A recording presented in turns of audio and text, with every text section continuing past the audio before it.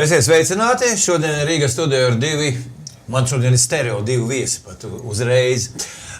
Šodien studijā viesojas Andris Puide un Oļegs Sarokins. Abi divi nopelniem bagātie Mārupas deputāti, es tā pateiktu. Jo Andris jau ir 3-kārtējais deputāts, Oļegs viens termiņš, bet ilgs un pamatīgs. Jā, es kā nopelniem bagāts vēl neesmu. Jā, Andris noteikti ir nopelniem bagāts vismaz deputāti jomā. Skaidrs, kungi, mana pirmais jautājums uzreiz tā. Ar ko tad īsti Mārupa atšķirās no visām pārējām Rīgas pašvaldībām, varbūt arī pat no Rīgas pašvaldības? Es varbūt savu izteikšu domu, ja? Īstenībā tautā klīst tāds valods, ka Mārupa tas ir tāds, bagāto cilvēku novads tāds un tāda vieta, kur viņi dzīvo. Es domāju, es gribētu, ja es pirmais sākšu, ja, kad droši vien, kad,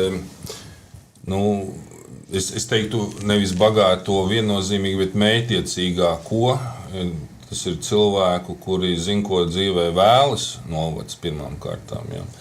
Mārupas attīstības noslēpums, protams, pavisam noteikti ir atrašanās vieta, tas ir teritorija, tas ir Rīgas tuvums un vispār lokācija kā tāda starp galvaspilsētu un kurortu pilsētu.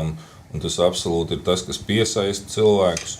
Turklāt, es pats esmu jau 12 gadus jau kā Mārupas novada deputāts, un mēs cenšamies iespēju robežās, cik mums budžets ļauj domāt par infrastruktūru, labot iepriekš pieļautās kļūdas, un tas noteikti ir tas, kas jauno mārupieti uzrunā gan bērndārzi, gan skolas, gan pieejamība. Paga. Tas ir tāds riktīga politiķa speech aizgāja tagad. Riktīgi tā.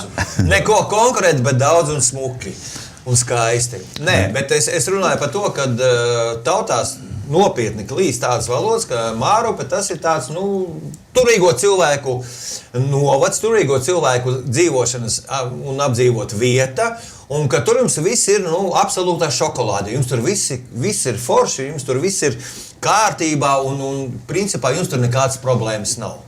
Tā vismaz tauta domā. Es varbūt teikšu drīzāk, viena lieta ir, var teikt, turīga, noteikti ir arī turīgi cilvēki, bet man liekas, tas ir tā ir tāda vieta, kur pārsvarā, mums ir tomēr ļoti liels daudzums privātu māju, un tas nenozīmē, ka tur jābūt obligāti ir mega turīgam, lai tev būtu māja, tas ir cilvēki ar ģimenēm, cilvēki, kas redz sev dzīvojam mājā, noteikti lielai daļai mārupieši arī ir kredīti, lielai daļai mārupieši ir nākotnes domas par to, teiksim tā, kur viņi strādās, kā viņi arī savai ģimenei to naudu atpelnīs. Un, protams, es domāju, ka tas nemaz nav tik ļoti politiski, kad Andris teica, ka Mārupa ir tā Rīgas tuvība, pilnīgi noteikti Rīgas tuvība, un tas tā vieta, tā vide, man liekas, šis Daugavas krasts ir tāds tiešām, šajā pusē tā vide ir tāda patīkama, mierīga, klusa, un es pats esmu mārupietis arī cik, jau nezinu, no 2008. Gada, un